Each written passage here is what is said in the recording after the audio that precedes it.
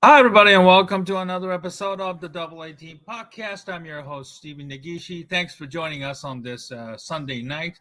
We're back to returning for Sunday. Who knows how long I'll be on Sundays, but due to my work schedule, I should say. But I am very, very glad to be back on this Sunday. Hopefully, everybody had a wonderful Thanksgiving. Uh, I watched all day football basically on Thursday, just like I've done for the last 5-10 years as a single Asian guy right now. But had a pretty rough snow out there yesterday throughout the evenings.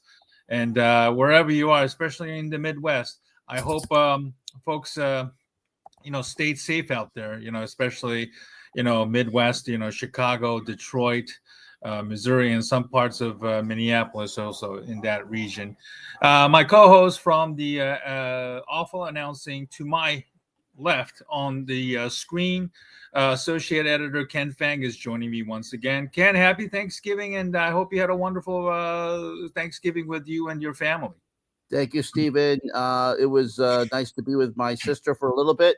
I told her I was going to leave early so I can get back in time for Kansas City and Dallas, which I did. Managed to get home in time for that. Also keeping an ear on the Detroit game. Boy, we had a lot of football, a lot of things to discuss. So let's get right to it. All right, let's get right to it, Ken. Normally we start with the NFL with some of the games going on, but we just could not ignore this news today. Lane Kiffin leaves Ole Miss for LSU job. I think some would say this was probably the worst kept secret out there because of Lane Kiffin's personality and his past behavior is an indication of sorts. It has conjured up a lot of emotions among people. Not just Ole Miss fans, but from many sports fans out there. And long story short, I kind of feel that this whole situation with Lane Kiffin, how he leaves, his personality, his past behaviors. If you want to call him a narcissistic a-hole, he's more than welcome to deserve that, name calling because of his past, and now what's present is still is in the in the past as well. That I was open your awful announcing website to kind of feature some of the sports people that are talking points about this whole thing here. Ken, let me start with you as you were trying to put together on this website today, as you were going through today. Excuse me. Give me your honest thoughts and how you felt about this whole process of Lane Kiffin wanting to leave in, and how he did it, and how he tried to portray himself as some sort of a victim, which is really, really weird, and how people try to, you know, throw him a bone and try to, also try and help him be kind of like a sympathetic figure wanting to coach the CFB playoffs while he was dead set on probably leaving Ole Miss maybe as early as last week. I think he knew what he was doing. He knew that he was going to leave. Don't try. He was avoiding his team all week, all day today. Wait, don't try to say that your team begged for you to stay. Come on, that is just ridiculous. I think we all know that. And also say, if you don't go with me on the plane to Louisiana, you're not going to keep your job. This is Lane Kiffin. This is pretty much, he's a snake oil salesman. There's a lot of coaches that are like this, Stephen. But Lane Kiffin. If you even saw the documentary on him, that was the ESPN documentary.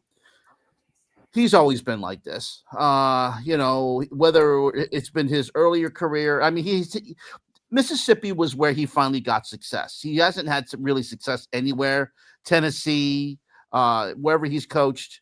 The UCLA, Raiders, and also back then what was known as the Oakland Raiders too. yeah, the Raiders. Al Davis made Lane Kiffin a sympathetic character at the time when he fired him mid-season. But you know what? When there's smoke, there's fire. So you got to think that maybe Al Davis knew something. So and of course we talked with Amy Trask about this on the show when he brought out the film projector in regards to Lane Kiffin. So, but I gotta say, he didn't handle this well. He just absolutely handled this horribly, and he hoodwinked a lot of ESPN analysts by saying, "Oh, he should be allowed to coach in the college football playoff." The only one that said it was a conflict of interest, and I give him a lot of praise, is Matt Berry, because he was hosting last night's college football playoff. He said, "Look, it's a conflict of interest. You're coaching one school." You're allowed to, let's say if the Mississippi allowed that, you're coaching one school and then coaching the other. I don't care what you're thinking. Your mind's not going to be on there. You're still thinking, how's this player going to look for me when I go, and maybe I'll ask him to go in the transfer portal to go to LSU. This is just ridiculous. And you can see his note there. He just said that he prayed a lot. I don't think he prayed a lot. Maybe he did, but I don't really think he did. I think that he knew that he was going to LSU. He played schools one off of each other, trying to get the most money. I think he was using Mississippi as a ploy to get as much as he could from LSU. To me, Stephen, I think this is it's a lateral move because he already had the success at Mississippi. He already had the infrastructure in place. I think that had he stayed there, he could have had again, you're seeing two different scenarios here. Like what happened in Indiana. You had a situation where a coach said, you know what, I got it good here. There's no reason for me to leave. And did he use maybe other positions to get some more money? Probably he did. But you got a situation where he said, you know what, I got it good in Indiana. I'm going to stay there. But now you have a situation where Lane Kiffin, once a snake oil salesman, always a snake oil salesman. So, and you know what? Let's say he has a good opportunity and he establishes something at LSU like he did at Mississippi. It's not guaranteed, but let's say he does that. What's to say that there'll be something down the road, another school that says, "Hey, Lane, here's some millions. Why don't you come over here?"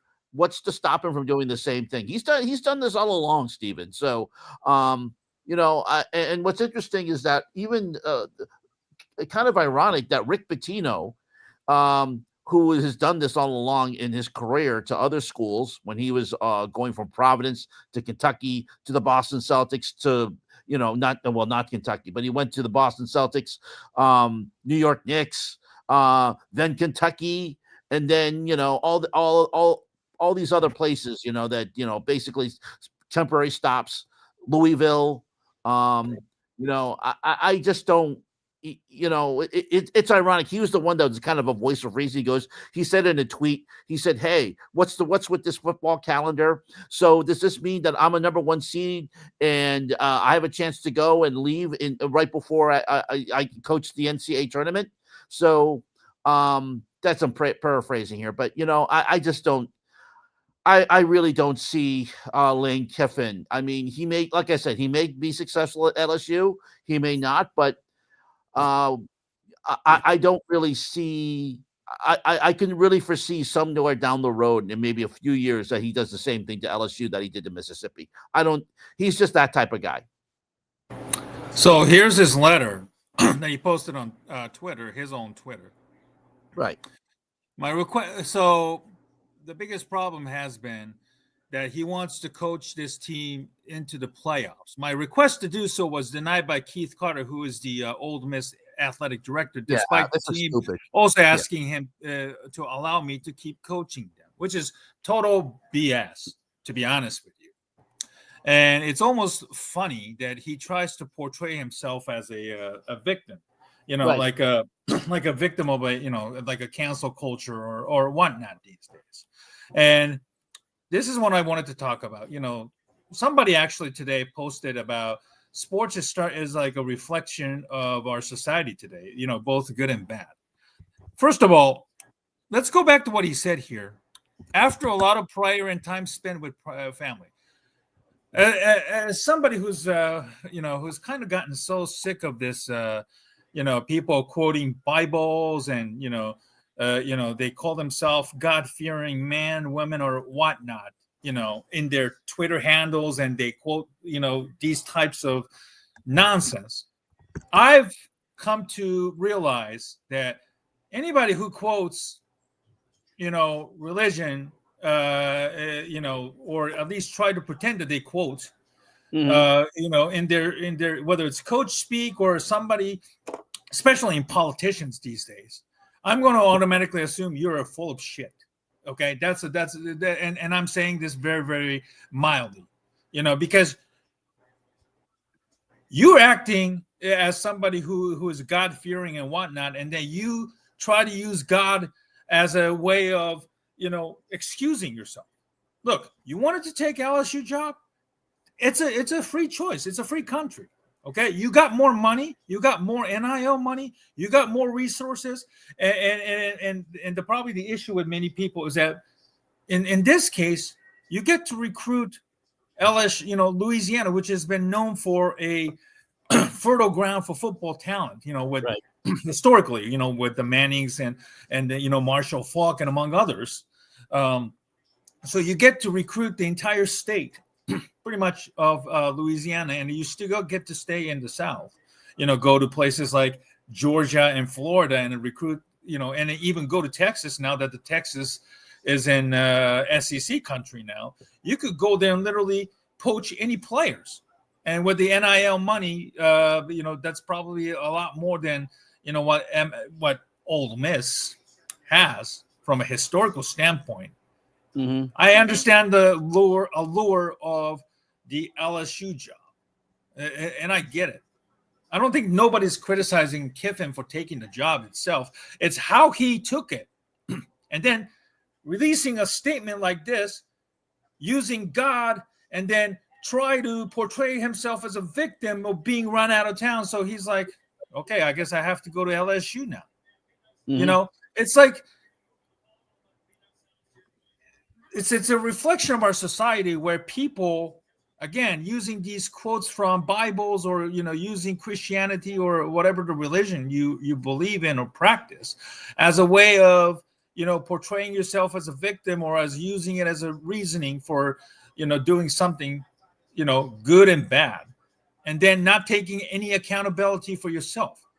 It's a world that we live in, in both business and politics nowadays, Ken. And unfortunately, as sports, what Lane Kiffin taught us today is that Lane Kiffin is, like you said, a snake oil salesman who cannot be trusted. And no amount of ESPN documentary where he says it's always about me, but I need to sit down and reflect about it. It doesn't have to be about myself. Well, it's about himself, and he always has been that way. Nick Saban saw through it and fired his ass when he was with Alabama. And right. I will just go for a little bit here, and then part of the reason, in my opinion, why he took that job, LSU, first of all, is that I think he has some sort of a vengeance or a anti-Nick Saban feeling towards him for how he was run out of town. Okay. Mm-hmm. And then that he took the LSU job, the same job that Nick Saban took a long time ago and won a national championship. So he wants to be like Nick Saban right. in some ways, in my opinion. That's why I think he took this LSU job first and foremost. But the way Lane Kiffin, handled himself, where he canceled a meeting at what was scheduled at 9:00 and then to 1:30, and then he basically told his entire offensive coaching staff, "You either come with me or you're not coming." This whole thing about how he acted himself was simply embarrassing, and it's just sad. And there are people like those in the ESPN who are willingly trying to protect Lane Kiffin at all costs. And I get it, SEC is on ESPN and ABC. They have a contract.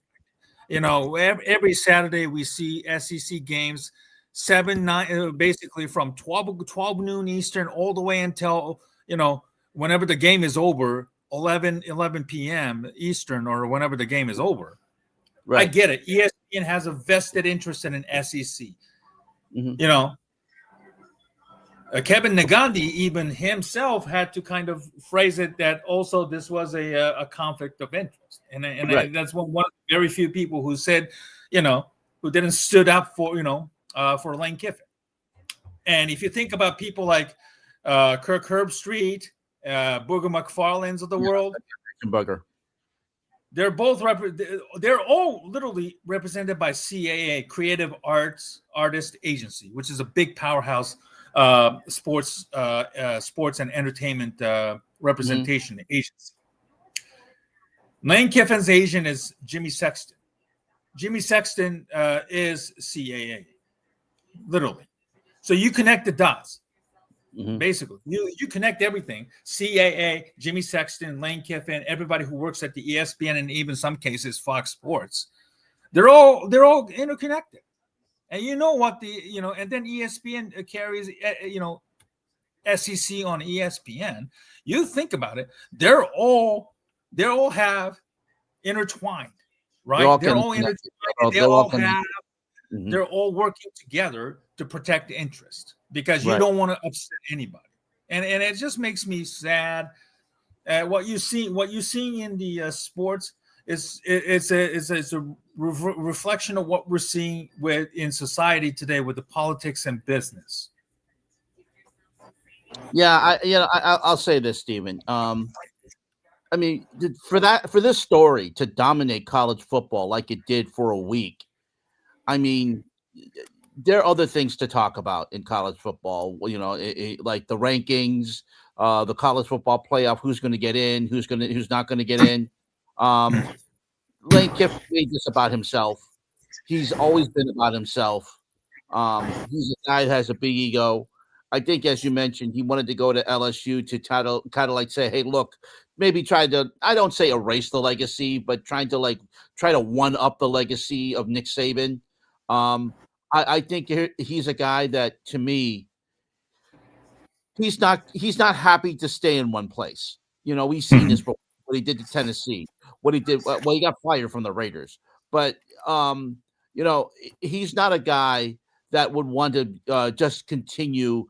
He's not a guy to plant his roots. Okay, I think, to be honest with you, there'll be another job that'll come along in 3 to 4 years that he'll say, look, I prayed long and hard and I need to go. But you know what? Maybe he'll be like Brian Kelly. He'll be like a false god. Maybe he'll be like a red herring. And then LSU will realize, hey, look, he's not that great. Let's fire his ass. So we'll see what happens. This whole story was ridiculous. I said, I hope he stays, but I feel he's gone. Once he was courted by both Florida and LSU, he's thinking he's like the girl at the dance. He's the most popular girl at the dance. Everybody wants to date her. Everybody wants to have a dance with her. He just felt courted, and it just played to his ego. He goes, hey, look, I can play these schools off one of each other, and even worst comes to worst, I can stay. But you know what? I don't think he was going to plan to stay anyway. He was going to go, and whichever college offered him the most was going to be where he was going to go. I mean, we saw that Florida eventually moved on from him yesterday. I think it was a good move. Now he's going to go to LSU. You can just know that when he goes to Oxford, when they make the schedule out, whenever he plays Oxford and whenever LSU goes to Oxford, it's not going to be every year. But with the schedule, he'll probably go once every 3 or 4 years.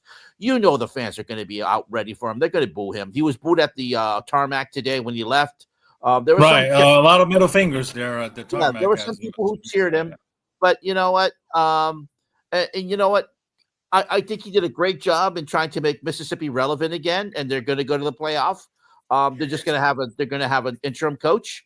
But again, he's like a lot of people who leave their schools and players in the lurch. He is just he's not a stand-up guy, and that's the way he is. The fact is that he wouldn't meet with his players. He ran from the players. He ran from his own players' council. And he had to establish.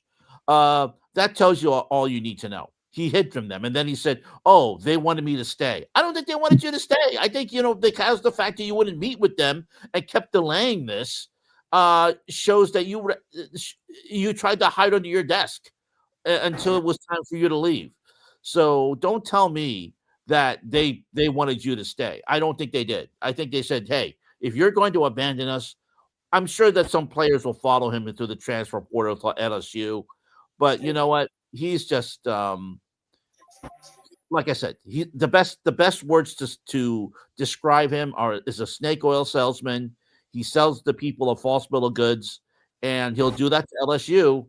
And I'm just gonna say to the LSU fans, I know you got the coach you wanted, but be careful for what you wish for, because there is no doubt that if there's a job that he sees going down the line, and if he has any type of success at LSU, there'll be another school or maybe an NFL team that'll come courting. And don't be surprised if he does the same thing that he did to LSU that he did to Mississippi, because he's already done it in Tennessee. He already did it. Right. We saw that. So don't be surprised to see if he does this again down the road, because that's his character. Right. And speaking of which, here's let's see, SEC Mike on Twitter. This is exactly what he's preaching. Let's take a listen. I was going to say, pull that full screen. Go ahead. Again, we're already seeing it in the comments. These LSU people are there's no convincing them. Yeah. There's just no convincing a lot of fans a lot of things, right? Like, God, how long did I try to convince Auburn people about Hugh Freeze, A&M people about Jimbo? Yeah. I shouldn't have to confuse or convince any LSU fan, even though they're going to be head over heels, because they're probably going to win, and they're probably going to win big, so no one will give a shit. But here's the lesson learned today, Shane.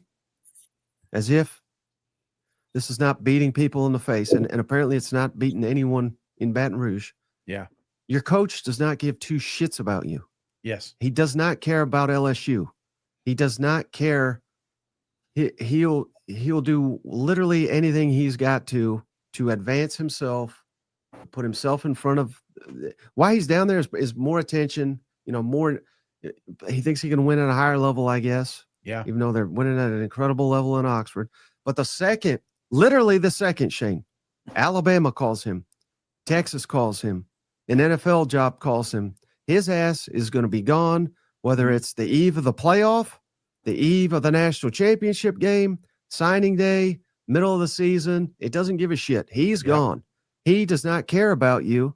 And if you think he does, well, you can get in line with Tennessee people, Southern Cal, Ole Miss, Florida Atlantic, Alabama, on and on and on and on. This is who he is. And you're giving him the keys to the castle. You're making him one of the highest paid coaches. And he doesn't give a shit about you. So Congratulations. I hope for your sake, I hope it goes well, but we know it will crash and burn. And the Lane Kiffin era in Baton Rouge, whenever it ends, whether it's a year from now or 10 years from now, will end horribly. And just remember, I told you, you know what? It's like walking on train tracks. I mean, it may be around the bend in 2-3 years, but brother, it may be right around the corner. You know what I'm saying? It may be like before the ink dries. You never know. I mean, yeah. It ended. I apologize. That's okay. That's very well put. And I basically, I totally agree. Lane Kiffin, he said, Lane Kiffin doesn't care about about the fan base. He doesn't care about the school. He doesn't care about anything else but himself. And I totally agree. And that's what I said earlier. There's a job that he sees courting him down the line in 3 to 4 years, maybe even sooner. Let's say that let's say he does a great job at LSU, What's to stop another school in the same conference from courting him, or in the NFL? Right. Or NFL. Yeah. Yeah, I don't That's my see. thinking. That's what I was thinking. In 3 years from now, there's an NFL team that is desperate enough to try and reach out to him. I'll Yeah. guarantee you that. And he's going to flirt and pretend that, oh, I have no interest in the NFL. NFL, I've already done it before. It wasn't a good experience. So, I can't deal with it. And then the next day or the week later, he goes and signs a like a 5-year, 6-year deal with whatever the team that is in need of a head coach at that point will probably name him the head coach, knowingly what a flaky, fake person Lane Kiffin is. Lane Kiffin is no different than Kim Kardashian. He's like a male Kardashian. I'll say it. Just like an attention whore. I hate to say this, but they're no different. They're building their own brand on them. And whether you like her or not, the Kardashian empire is thriving. Lane Kiffin is in that same mindset. Whether people like him or not, he thrives on attentions and all the the middle fingers and people calling him shit and a fuck face or whatever. He doesn't give 2 cents rat's ass. He thrives on that. He gets all the attention, and then pretty soon he's going to start his own brand of, what is that? Maybe a reality show on SEC Network. The Kiffins or something like that. The life of a coach, or a mini series on his decision, and then pretending that he's a poor, like a poor soul who had to make a decision because. The NCAA calendar did him no favors. And you know what? And I'll agree. And it's the NCAA calendars is completely screwed up with all the, the transfer portals and the NIL deals and whatnot. So he can't pretend that, he's a victim, that, he couldn't finish out and coach, Ole Miss in the playoffs. You don't you don't deserve to get credit for that. Okay. I cannot leave my own job after I took a job and said, you know what, let me stay another several more months because I have this big project that I wanted to finish and I take all the credit. That's not how it works in our society. You cannot divorce a woman and then marry somebody the next day and say, you know what, I want 100% custody of my children. That's not how it works. But there are people who actually believe the Kardashians, Trump, even for that matter, and his cronies. And then Kiffins, they're all the same. They all think that they're the victims and the society's out to get them. And then they thrive in such an environment, where they're being targeted for doing stupid things. Where you and I in our society, we get crucified for doing something like that, Ken. Yeah. I mean, I'll just say this. Lane Kiffin, whatever happens, let's say something bad. I don't wish bad on anybody. But if, let's say, he gets fired from LSU, there will be a lot of people who say, I told you so. There'll be a lot of people who said, this is what you did, which is what you got. This is what you deserved. You made a deal with the devil, and this is what you got. I mean, it's kind of like the same thing what LSU did with Brian Kelly. They thought that they were getting a bill of goods, and then he just couldn't come through. James Franklin at Penn State, all these coaches who just say, hey, look, I'm going to do what I can for you. I mean, Brian Kelly, he left Notre Dame in the lurch. He left Cincinnati in the lurch. So, he came to LSU, was drastically miscast as a championship coach when he really didn't win championships. So same thing here with Lane Kiffin. I mean, yes, he built something. He built an infrastructure in Mississippi, made them relevant when they had never been relevant before. He said, look, let me stay to the Egg Bowl and let me do this, but in playing like he was going to make a decision. And we all knew what that decision was made well ahead of time. So I'll be honest with you, Steven. Like I said, and I'll agree with the guys that you played that clip from. He doesn't care about anybody but himself. He doesn't care about anybody but Lane Kiffin. He doesn't care about LSU. He hasn't cared about Mississippi. He hasn't cared about Tennessee. He hasn't cared about Alabama. He hasn't cared about any place where he's been with. All he cares about himself. And that silly thing about in social media where his I think his son was looking at LSU. I mean, that told you what it was. That we all knew that once that came out, he was going to go to LSU. There was no doubt in my mind. So anyway, good riddance to him. Good riddance to LSU. You know, like I said, wish you good luck, but be careful what you wish for. That's all I'm gonna have to say about that.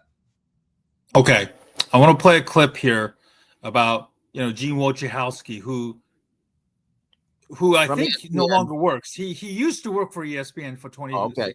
And He got laid off. I think he got laid off, right? Right. So people are, basically a lot of people are upset about how ESPN, the creative artist agency being representation, the coaching, Kiffin is represented by Jimmy Sexton of CAA, of course. And, that's that talking narrative about how he's a victim. He should be allowed to finish or at least coach in the college playoffs and all of that stuff. So let me play a clip here of Kirk Herbstreit's talking points. Make it full screen. Okay. And I'll the take tricky part is the Atlanta and the SEC championship. This team is a team you don't want to play in a CFP right now. So I think if you're in charge at Ole Miss and if Lane decides to go elsewhere, I think you need to set your emotions to the side. You need to look at 2025 and this team with their coach and giving them a chance to finish this run, whoever that might be.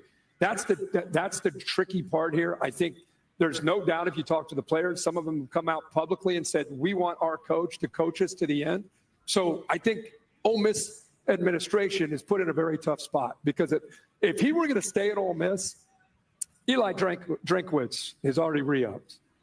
Clark Lee has re-upped. Don't you think we would have already seen he's re-upping and staying at Ole Miss?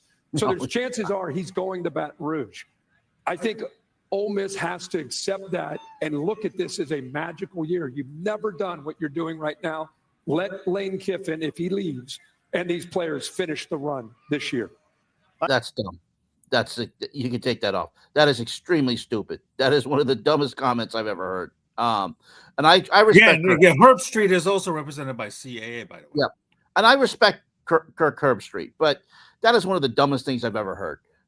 You're going to let a guy who is now, and again, this is a conflict of interest. We talked about this before. You're going to let a guy who is leaving you, who is going to be thinking about recruiting kids to LSU, wanting these and looking and trying to and encourage kids he's playing for to come to LSU. That's what he's going to do. And don't think that he's going to be thinking about his new school while coaching his old school. You're not allowed to do that. And I don't blame Mississippi for saying, get out. You want to go? Go. Get out. Exactly. I don't blame Mississippi for doing that. No. And I don't think they would do that even if he were going to USC or a team out of the conference. They're going to say, get the hell out, Lane. It doesn't matter. Exactly. It doesn't matter what school you're, or even the NFL. He says, "Oh, I signed a contract to go to go." I'm not going to use the Bears thing. I signed a contract to go to the New York Jets, and they want me now. You're not going to be allowed to coach You're not going to be allowed to coach Mississippi. They're going to say, "Go to the Jets. Go, leave." You're not going to be able to just leave. Okay, you don't want a coach who is 1 foot out the door and have him coach you right now because he's not going to be thinking about your school. He's thinking about his next job. So I give kudos to Mississippi for saying, hey, look, you have to make a decision. You got to either it's us or them. And if you decide it's them, you got to go. And I totally give Mississippi credit for doing that. Unfortunately, they're left in the lurch. They're going to go into the playoff. They're going to probably get beat because, Lane Kiffin isn't there. But you know what? Maybe they make it a magical run. Kind of like if you remember, Michigan, I think, fired Bill Frieder back in the day when he was trying to go to Arizona State. And then they had a magical run and went on to the national championship. So, you know what? I don't know. I don't think this is going to happen to Mississippi because they're just, they're in this is a different situation, and there'll be better schools out there that are going to be out there like Ohio State. But I'll just say this: I feel for the kids, I feel for the coaches. They're going to do their best, and they're going to go to the playoff, and maybe they'll win a game, or maybe they'll get a game in the first round. But you know what? They're left in the lurch. They're left holding the bag. Fans are left holding the bag. But again, this isn't the first time it's happened, and it won't be the last time. So here's what I want to end with. So Wojciechowski is responding with such a lazy native regarding Mike Farrell's accusations that saying what's good for the company, not what you really feel. I worked for ESPN for 26 years, mostly covering CFB in some forms. I do remember, seeing him on game day too. Oh yeah, and Sexton clients. Not once did ESPN try to influence my opinions or mention agency client lists. If you want to disagree with Herb Street, fine, but do so on the merits of the argument. Now, here's my issue with what he said there. We live in a different era right now, unfortunately, and this is where people like Stephen A. Smith and even to some degree Pat McAfee's of the world are getting paid big bucks because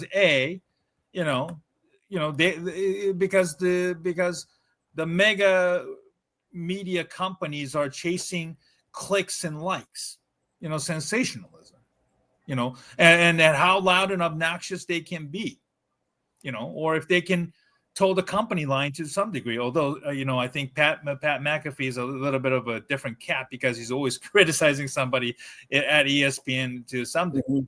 Mm-hmm. And, if you're not a willing participant, you're getting kicked to the curb, unfortunately, with what happened to people like Wojciechowski and others who have been let go from ESPN and other media companies in recent years. And then I will also say that people like Wojciechowski can also, flip, because if the money's too good or if he can get clicks or likes, he can be a sellout too. Mm-hmm. And I'm not saying he's a sellout, but I know, or I've seen many people like Wojciechowski in his position. He can be a sellout if there's an opportunity to, make money to a degree. So in many ways, I understand where he's coming from, and he's speaking from his experiences, which is very, very important. But I just feel that I think he's being a little bit naive in that tweet because of the world that we live in today. Don't you think?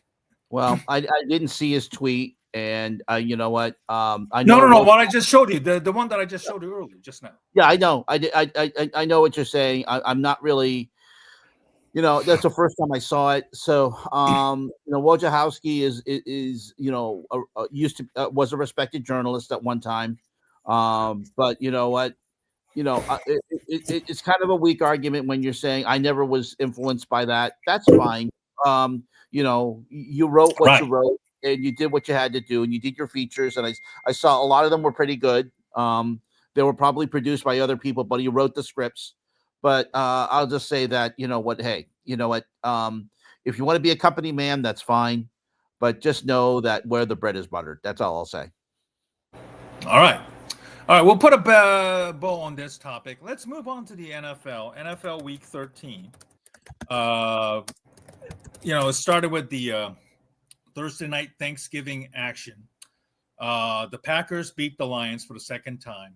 I live in Michigan, and there have been some narratives that, people are talking locally here that, if the Lions lose, they're not going to make the playoffs. And right now, it is starting to look that way, unfortunately.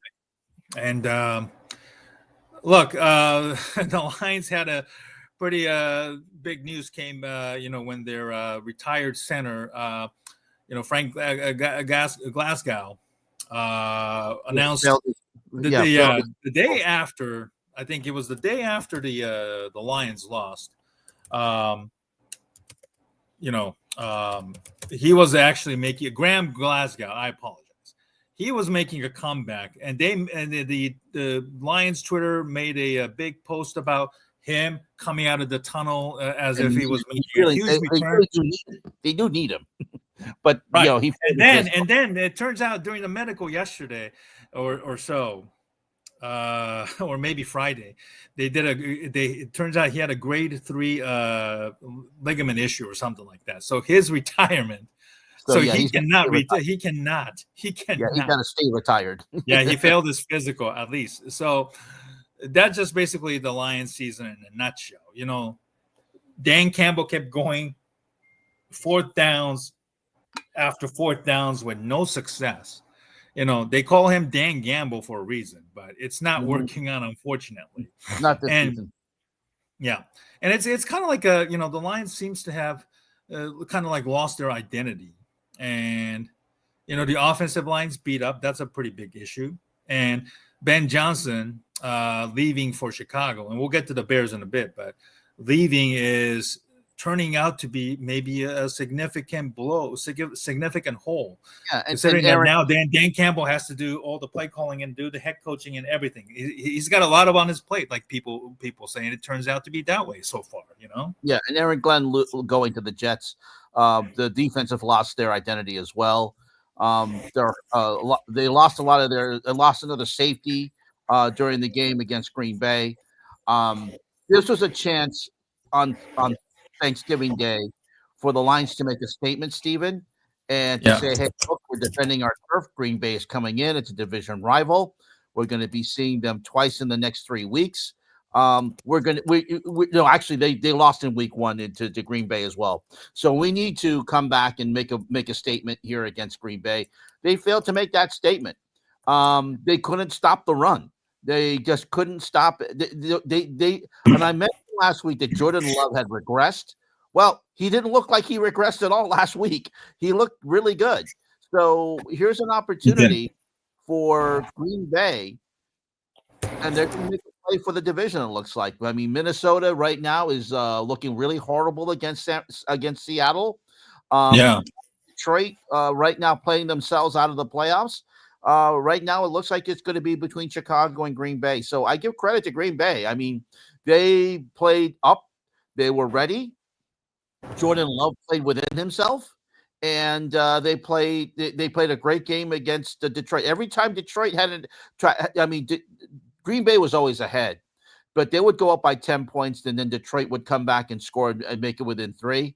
But Jared Goff, again, that offensive line is horrible. Anytime that he's been rushed, he throws a pick, or he's just doesn't have the ability to get set. And that's what happened on Thursday.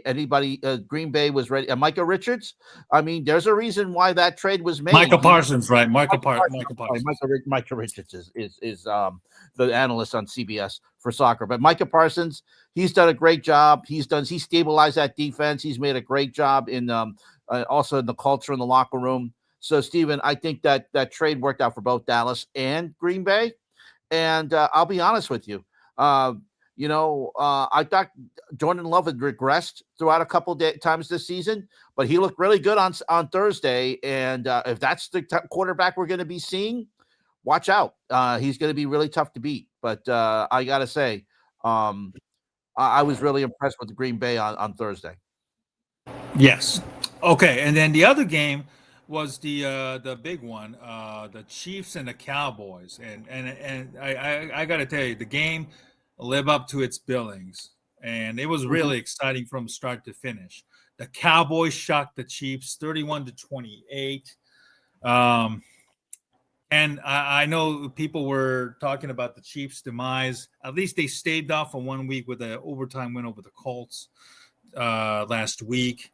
And then they were kind of bullied around by the Cowboys, who was suddenly resurging after that massive trade for Quinnen Williams and Logan Wilson. The defense is playing at a much better rate. Of course, they beat the Eagles a week before in overtime, and now they're on a roll right now. Right. I got to say right now, the Cowboys have a better chance of making the playoffs than the Chiefs. And, the Chiefs are kind of, I think some people are kind of like starting to see, the end of Andy Reid era in with the Philadelphia Eagles, when the Eagles were struggling, they were kind of like peaked and then started to nosedive. At this rate, I think the Chiefs might not even make the playoffs for the first time under, when Andy Reid took over. I think they pretty much made the playoffs almost every year, and then certainly every year under Patrick Mahomes. And this has to be like, the Chiefs fans are wondering, is this probably the starting to kind of like the end of an Andy Reid era type of feeling with the Eagles? Don't you think? I don't think yet. Andy Reid still has a lot. I don't think he's lost it yet. I really don't. But I will say that it's probably relying too much on your personnel. They got too old. So we'll probably see the end of Travis Kelce. He won't come back. Also, they didn't have a running attack. And Indianapolis, we saw what happened with Patrick Mahomes. He willed them back and won that game. But just a better defense on Thursday. And also, George Pickens has been a tremendous signing for the Cowboys. 100%. Yes. Yeah, he made some catch. He has totally been revitalized now, going from Pittsburgh. Now we all know that he was a problem in Pittsburgh. He was a problem in college as well. But now here he is in Dallas. He's just said he's being a good soldier. There's no telling that he could go back to his attitude issue if, let's say, Dallas signs him for a long-term contract. But in a situation where they said, hey, look, you're playing for a contract, George Pickens has been tremendous. He's made catches out there that Pittsburgh was saying, where was this? Where was this? Where was this George Pickens? Who is this George Pickens? So I have to say that in this situation right now, Dak Prescott looks fantastic. He's making great decisions. He outplayed Mahomes on Thursday, and a fantastic game. They'll probably see 50 million viewers of that. That'll be the record for the highest, most watched regular season game in the history of the NFL. And I gotta say, Steven, Cowboys are going to play Dallas on Thursday Night Football. Cowboys will play the Lions this week. Yes, I mean Cowboys. Yeah, they'll play the Lions on this Thursday. I meant Cowboys can't play themselves. The Cowboys will play the Lions on this Thursday. You have to say right now, Steven, that of course both teams played on Thursday night on Thanksgiving. It's usually the Cowboys usually play the week after Thanksgiving as well. I gotta say, Steven, that the Cowboys would have to be a big favorites in that game, based on what we've seen, and they deservedly so. I hate to say this, but the Cowboys, the Cowboys doing well is good for the NFL, because the NFL people will watch. I know that people hate them being called America's team, and I hate being called America's team, but they have a big fan base for a reason. And people will watch the Cowboys just to hopefully see them get beat. But right now they're on a roll, and I don't see them getting beat for a while. They're really they're going to be tough to beat. And if they play like this, they could make a deep run in the playoffs. And I hate to say it, Steven, but they're solid on both ends of the ball right now. And you don't want them. This is the time when Bill Belichick said the season starts after Thanksgiving, and they're peaking at the right time. And if they continue this, boy, I hate to say it, but they can make a deep run. All right, and then on Friday, Black Friday football, my Bears shocked the Philadelphia Eagles. And let's look at it first of all from my Bears perspective. This was an amazing victory. People like to trash on the Bears because of the schedule, and which obviously no one has any control over it except the NFL schedule these teams, and it's a different game week in and week out. Nobody can predict, first of all, in the offseason how these teams will perform. Right. Think about it. The Minnesota Vikings were 14-3 last year, and then Sam Darnold leaves. They're like a 4-8 team right now. And they're being beat right now, 19-0 against Seattle. They look absolutely horrible. J.J. McCarthy has not done very well. Exactly. I mean, he's a rookie. He's essentially a rookie, in essence, a rookie right now.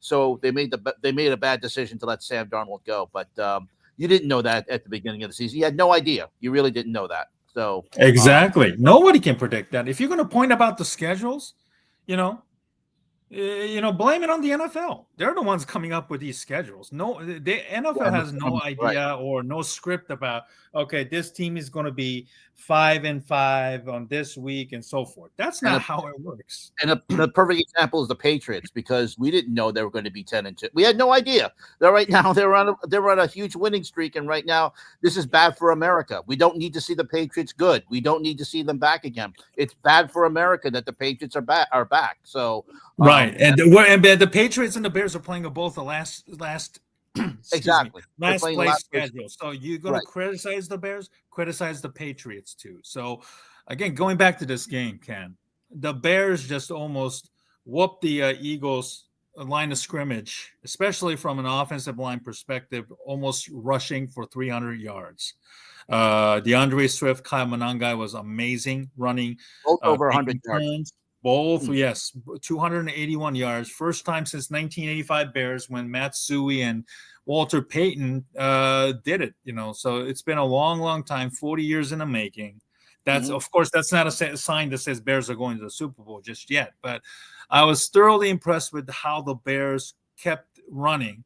There were a couple of times during the second and third quarter where, with the wind affecting Caleb Williams' throw, he threw some bad passes, overthrowing some, throwing some bad picks. There was one 2nd and 1 where he could have run the ball, but instead they tried to do a screen pass that got picked off. And then somehow on the same drive, their same quarter, Bears stripped the ball on tush push. Thankfully, a couple of weeks ago, the Giants did the same thing. It got overruled. Thankfully, the Bears stripped the ball while the game, while it was still in the active play. And, the refs didn't screw the Bears, thankfully, on that one.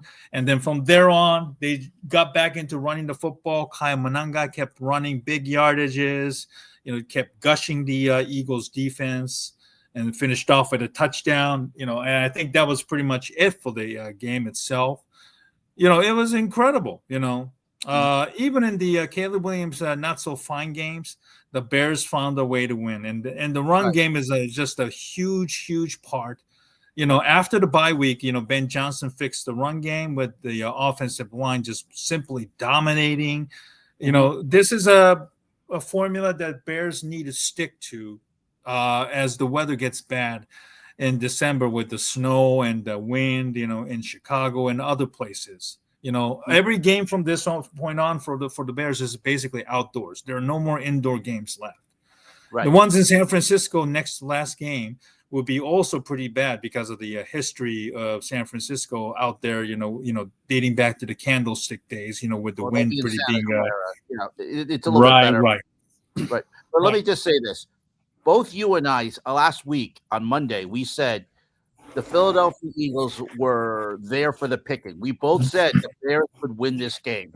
We both said this, and if you didn't listen to us, shame on you, because we have been talking about the Bears throughout this season. We have been talking, and because Steven is a Bears fan, we've been talking about this. But I gotta say, I said that in the beginning, the Philadelphia Eagles, the way they looked against Dallas, were ripe for the picking.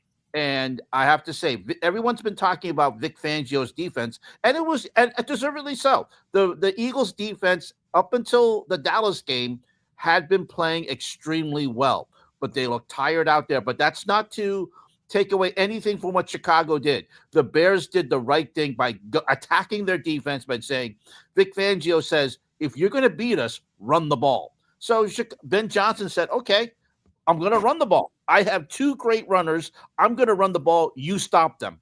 Philadelphia could not do that. They ran the ball to Philadelphia's throat. They made it a time possession game, and that's where you see the result. It wasn't close. The 24-15 score is actually should be looking more like a 30-15 score, a 35-15 score. That's how well the Chicago Bears played against the Philadelphia Eagles. Thank you. I got to say, I got to give you total credit. Ben Johnson, and of course, everyone knows the viral videos of him being shirtless. Now on Tuesday, everybody gets free hot dogs in Chicago. I think that's I may fly to Chicago. At Wiener Circle, I might add. Not every hot dog place. It's right. Just but I'm going to go. I may fly to Chicago to get my free hot dog because I love Chicago hot dogs. But let me just say this: major credit for Ben Johnson and coming up with this offensive plan, because he said, "Okay, Vic Fangio, you say you want me to stop. You say you want us to beat us with the run. I got two great runners here who are going to run it down your throat, and you try and stop us." Philadelphia could not do that, and credit to Chicago. Now, as we mentioned, Stephen, they've got 2 games against Green Bay coming up in the next 3 weeks. It's going to be and if the way that Green Bay played, if they play that same way against Detroit, those games are going to be monster games. Next week's game is going to be in the 4:25 slot on Fox. It's going to be a great showcase. You got Kevin Burkhardt, you got Tom Brady, Aaron Andrews, and Tom Rinaldi. They're going to be a major feature on the pregame show next week. You'll probably see Carissa Thompson interviewing Caleb Williams, or Aaron Andrews interviewing Caleb Williams, because they want to introduce America to the Chicago Bears again. Now, remember when I said that the NFL loves to have the Cowboys? They also love the Chicago Bears because it's a major market. They want the Bears to do well. We all remember the night. And what's interesting, coming out on HBO Max this month, is the documentary on the Shuffle, the Super Bowl Shuffle song that came out when the Bears won the Super Bowl. It's great timing. So I think it's great that the Bears are doing very well again. I think it's a great opportunity. Even if the Bears split with the Green Bay Packers and hold serve the rest of the way, I think they have the division, Stephen. I think they have a great shot at the division. All they have to do is hold serve at home and continue to do well. I think San Francisco is there for the picking. They're not. I mean, they beat my Browns. We'll talk about that a little bit later. I really don't want to talk about it, but we'll discuss it later. But I think the 49ers are not a complete team. I think that if the Bears can do the same thing against the Eagles as they can do to the 49ers, I think they can win that game on the road.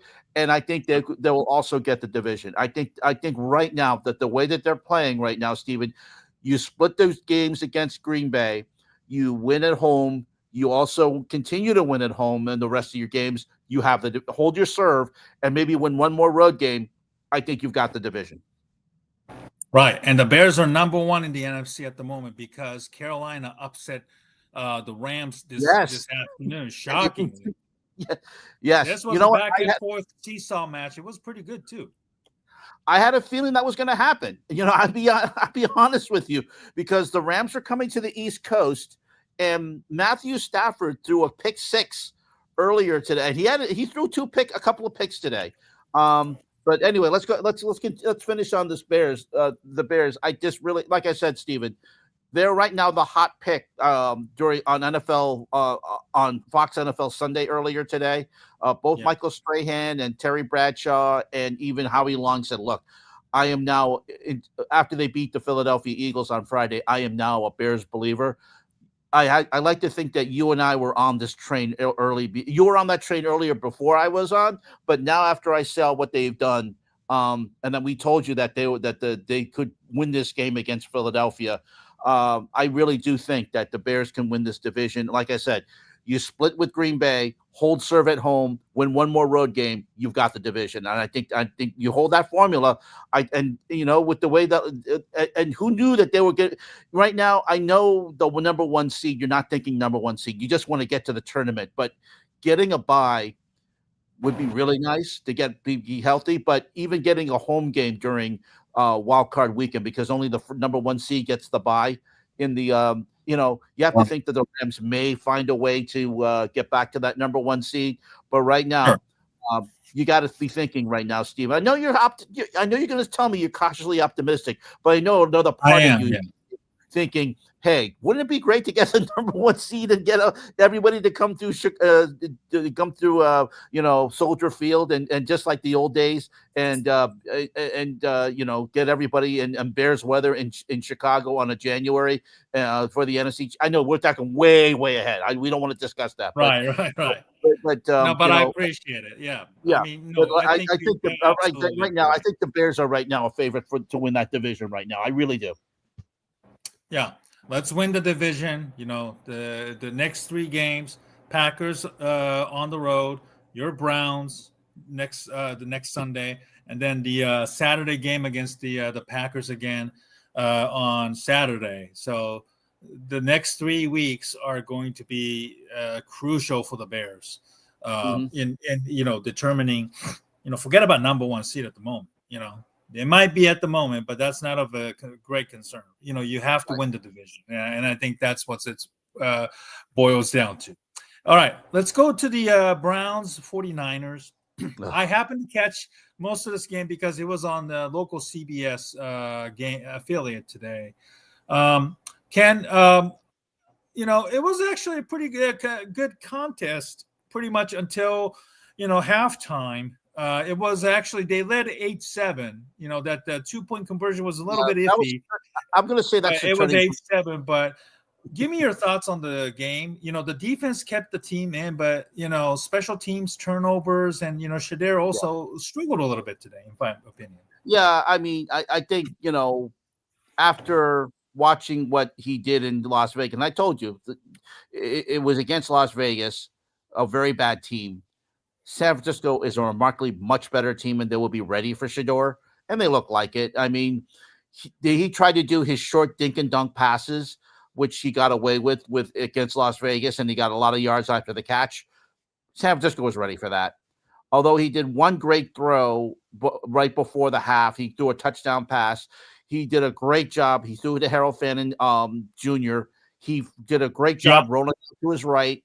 He looked over. He saw one guy coming out, but he made and Fannin did a great job coming back to the ball. It was a long bomb and Fannin came back to the ball, delayed his route, and then made the catch and muscled his way to the end zone. They got a 2-point conversion because thanks to a penalty on San Francisco on their, they managed to get closer for the 2-point conversion. So they went for 2 points, which they got. But that was a turning point of the game because San Francisco went into 2-minute mode. They went into the 2-minute drill. They got a catch by George. They got a catch. George Kittle. George Kittle. And then they kicked a field goal, which went a doink, which actually was a doink and then went through. That was a turning point of the game. They went up 10-8. And after that, Cleveland's offense stalled. After the halftime, they couldn't get the ball. They couldn't really get anything going. I just really, like I said, they did a lot of trying dinks and dunks. It just didn't work for them. And by the way, there was another pick by Seattle over Minnesota. Actually, they just fumbled the ball on the interception run. But right now, Seattle leads Minnesota 26-0, which I know you're very happy about, Stephen. So that means Minnesota continues to regress. But I gotta say, Cleveland just showed what they are. You are what you are. You're a 3-8 team going into this game. They're now 3-9. I know everyone. They for some reason NBC put them in the playoff hunt on Thursday night during their coverage of the Browns the Bengals game against the Ravens. The Ravens, yeah. And I don't know why they did that. That's false hope, but I think today pretty much eliminated their chances of going to the playoffs. They didn't have a chance anyway. But I got to say that San Francisco was a better team today. They showed it, and they were ready for Shador Sanders, and they didn't let him, aside from that one touchdown pass, really get comfortable in the pocket. And it's a learning process for Sanders. Is he going to start the rest of the season? I don't know. He should. I think he should have the ability to do that. But I just have to say that he has a lot of things to learn out there, and he will continue to do that. But there was one instance where he held the ball on way too long and had was sacked in the first half. We didn't see too much of that, but I got to say, Stephen, that 49ers were ready for him, and they wouldn't let him get comfortable in the pocket, and he wasn't able to make really a lot of long throws. He just did a lot of short passes today, and he got maybe a couple of it wasn't a lot of long gainers. They were mostly 10 to 12-yard gains, and that was pretty much. I think he got 115, 116 yards for passing today, and that's basically it. He wasn't able to get those yards after catch, and I got to give credit to 49ers. They were the better team today. Right. There was a glimmer of hope because 49ers did not look good against Carolina on Monday night with Purdy throwing picks after picks after picks. Yeah, so there was a bit of a glimmer of hope, going to the East Coast, flying in a earlier time slot, and the weather not being ideal. But it was a tough watch. I wanted to kind of give you play a clip here. Your colleague from Alpha Announcing, Ben Axelrod, commenting. This is Shadir Sanders after the post-game questions. He was being asked. Hold on a second. Let me start from the very beginning, okay? Go ahead. Those 2 4 calls that didn't work. And did you like Kevin having the aggressiveness there even back up in your territory? I mean, first, that's a rude question to ask. If I think it was a great call by my coach, You like the aggression. You like the call. I like being out there playing. so whatever that comes with, it comes with. We're not gonna be here and ever point finger at no coach or do anything like that. That's extremely disrespectful, and that's not even in my place. Okay, so and this is your colleague. Ben Axelrod saying Shadir has mastered avoiding answers that criticize Stefanski, but he never seems to actually defend him either. Now, we know that Stefanski people, the Browns fans, I don't know about you, seem to think that Stefanski does not like Sanders and likes to sabotage him because of, trying to limit his play calling or, the playbook and whatnot. Do you agree with what he said there? And second of all, do you agree with your colleagues saying about Sanders not actually defending Stefanski and all that? Well, I like the fact that he's not going to criticize him because he says, "Look, he's my coach. He gave me the call. That's what it is." I would have liked to have seen a little bit more defending. Oh yes, I would have liked to have seen that. But it's the fact that he's young. Maybe he'll get better at that, but I got to say that I think that is telling, and I don't think this. I am of the opinion that Stefanski isn't a Shadir Sanders fan, but I'll give but I do give him credit for simplifying the offense and not having Shadir Sanders try to do everything and try to give him schemes that he's not trying to run for his life. So, and just say, hey, look, in your progressions, if you see someone short, just throw it to them and let them do the work. So I do like that. He's not trying to do too much, but also at the same time, I want to be able to see Shador be able to see if he can try and win the game. And we didn't see that today. But again, he's a young quarterback. We don't want to see him killed out there. So, but yeah. That does speak a lot when he doesn't try to defend his coach. But I do agree that Stefanski isn't a Shadir Sanders fan because he wanted Dylan Gabriel. I think that's rather obvious to me. All right, let's move on to our final word segment. We talked a lot about the Lane Kiffin fiasco and how it's a mere reflection of our society, etc. There was this one article that it caught my attention this past week that I needed to bring this to attention. It really burned my chaps, Ken. Mm-hmm. Let me show you. I don't know if you even saw this in the beginning, at all, but there was this that was on X. That was somebody on TikTok that says the parent had their phone taken out because there was a they were at a youth hockey league, watching their son playing, assumingly, and that they had their phone confiscated because there was a private equity streaming paywall in which you were not allowed to videotape with your own phone. but you had to kind of like pay to watch Oh, your geez. son playing. This is a legitimate stuff. Private equity streaming paywalls create opening for brand-funded youth sports content. This is a private equity.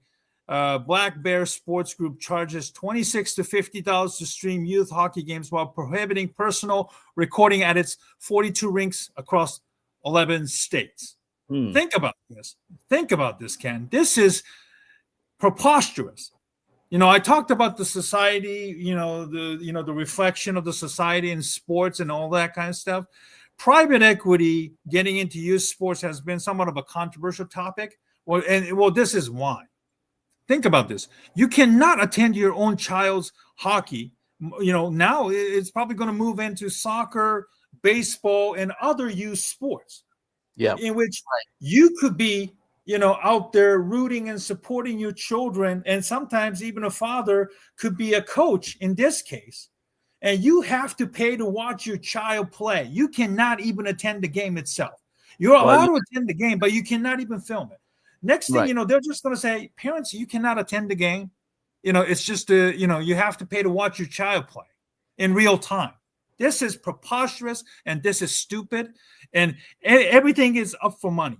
Whether it's private equity or tech bros, they're going to milk everything out of your own pocket and they're going to bleed you to death, literally. And because of this, I have a feeling that even graduation ceremonies or proms or father-daughter dances are probably moving into that same realm because, this country doesn't even value education. And we always hear so much stories about, budget cuts and budget shortfalls in educations and local, state, and federal level, that there are some stupid school administrators trying to find ways to, work with tech pros or private equity groups to, come up with money-making schemes to make up for the budget or something like this. This is sickening, and then this really burned my chaps. And I know this is probably something that you saw this for the very first time. So I'm sure you probably don't have much to add, but this is really, really sickening and worrisome for me. Well, I'll say this as the company I worked for at when I was in radio, iHeartRadio, had investment from a private equity firm, which is run by former Utah Governor Mitt Romney, and they cut private equity. Looks as you can see there, they're looking for every way to make a buck. So they cut a lot of our staff.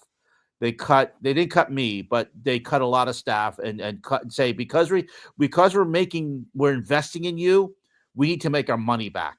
So we're going to cut a lot of staff. We're going to do everything we can to make our money back. They've done this in fast food. They've done this with restaurants. They've done this in all types of ways. And, it's private equity is not good. I don't think I've never felt it's been a good thing. They're getting now into sports. Youth sports, yes.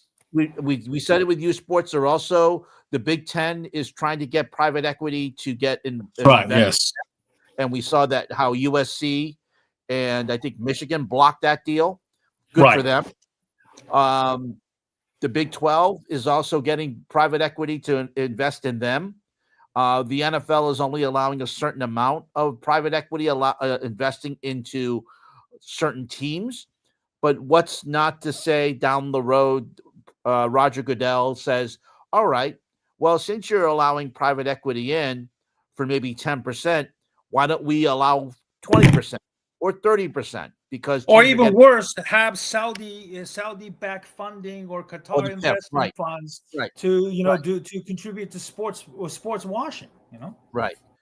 But to hear that they're making parents pay for the right to tape their sons or daughters in youth sports, that's really bad. And like I said, like you mentioned, this is the first time I'm hearing about this, but having seen what private equity has done in my business of radio and in other areas, I'm not surprised by this. it's really awful that they're saying, hey, look, for you to tape your son first of all, taking their phone away is not good, but saying, hey, look, for you to tape just a 40-second clip of your son, they're not even streaming it. They probably want to tape it for their posterity and just say, hey, down the line, 20 years down the line, hey, here's you in youth hockey. You have to pay for that. That's just ridiculous. That is, again, that's private equity. They're ruining things, whether it is radio, food, whether it's down the line, whatever private equity touches, they're always trying to make a buck and try to make their bucks back. And they don't think about people. They think about their own equity firm and trying to make their money back. And I think that's really horrible. What not even allowing parents to tape, forcing them to pay $50. That's just out of hand. And you're just innocently trying to tape your son or your daughter in a game that's not even streaming them. Just saying, I'm not even trying to stream it. I'm just trying to tape it. So I'm just trying to say down the line we have this game. What's the harm? But again, it's private equity. They're just trying to make their money back, and they don't care about what everybody else thinks. They're not making common sense. They're just trying to make money back for themselves. And that's how they're doing it, because they're trying to say, hey, look, this is our investment. This is what we're trying to do. This is what we're trying to do to make our money back. And whether it's raising rents or forcing arenas to rent out certain things, and where it used to be free, that I hate to say that, but that's where they're going. And I hate to see that's what they're doing to youth sports, because youth sports is supposed to be innocent, and you trying And to, it shouldn't be expensive either, like it says it here. shouldn't be like that. Yeah, you There's shouldn't an have affordability crisis, and how the hell are you going to fix that by charging parents $50 when they're already forced to pay a lot of money for traveling teams and equipment? right. And again, this is just it doesn't surprise me to see that, but it's terrible what they're doing to the parents, forcing them to pay $50 and taking a phone away. That's not fair. What's the harm in them trying to make a 40-second clip of their kids that they can save down the road and say, hey, look what you did 20 years ago, or have a memory. That's who does that help? Who does that hurt? And forcing them to pay $50 for a 40-second, 50-second clip, that's just terrible. Ken, you have any final words? Yeah, let's talk about this. This came about today, and I'm going to share my screen. Let me just get that. This is coming from the Ottawa Charge. Their coach, Carla McLeod, just announced today that she has breast cancer. She is also the Olympic coach of, I believe, if I'm looking here, I have to look at another screen. She is also, so she was diagnosed with breast cancer. And I'll just say this, if I can get this up for you. I want to share some personal news. I was recently diagnosed with breast cancer. Hearing those words was incredibly difficult, but I want everyone to know that I'm going to be okay. I'm incredibly fortunate to have an exceptional medical team guiding me, and together we built a treatment plan that gives me the tremendous confidence in the road ahead.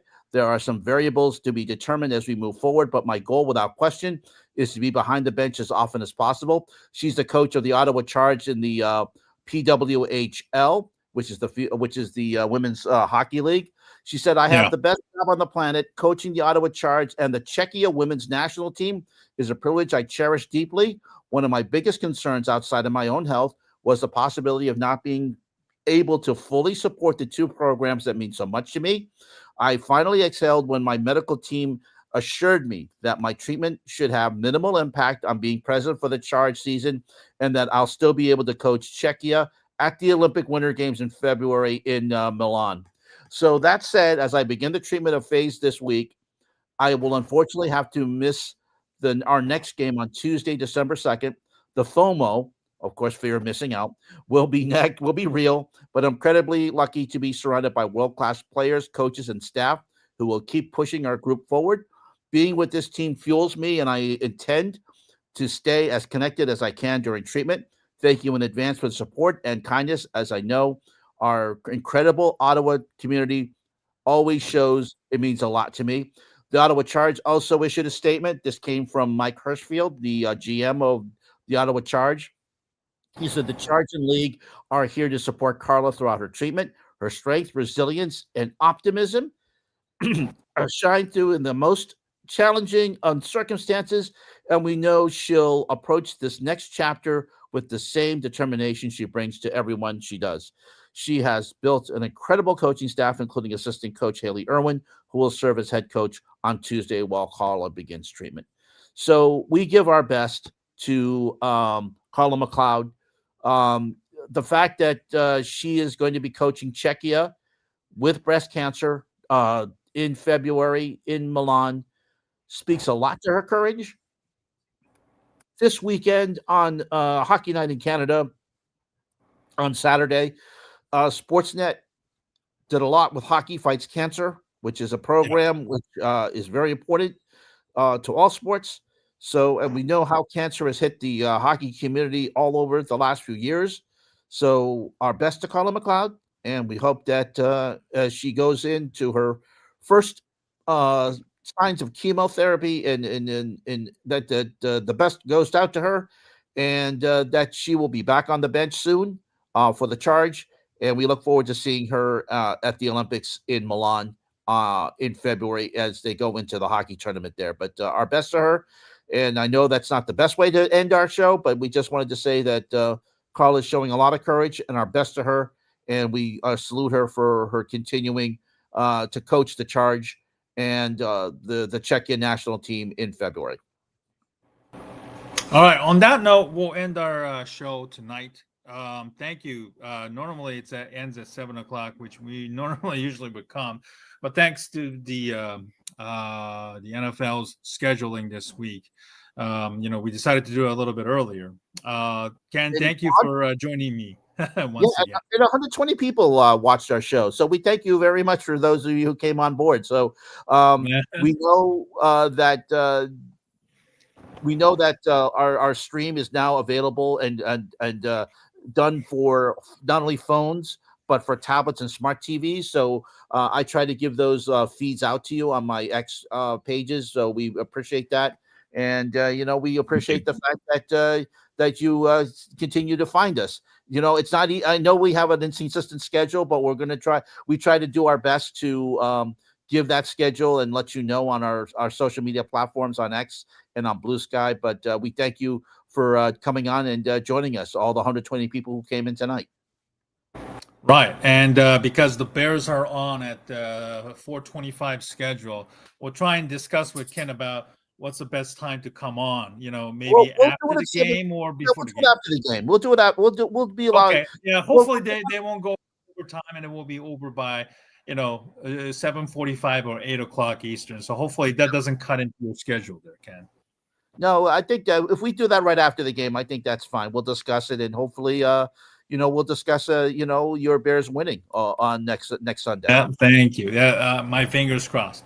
Thank you very much for everybody to joining us tonight on this, Thanksgiving edition of our AA Team live stream. Hope you had a wonderful Thanksgiving weekend. Hope you got some good deals online or on Black Friday if you had to go to the store, and hopefully you managed to get some good stuff out there too. Don't overspend tomorrow on Cyber Monday. Don't overspend. Even though you may see a great deal, I just want to warn you, doing it, all of a sudden, just think with your head before you take out that charge card tomorrow for Cyber Monday. I know there's going to be some great deals tomorrow. All right. On that note, Ken, thank you as always. Let's do this again next weekend, and thank you for joining me on this live stream tonight. Have a great weekend, have a great week, everybody.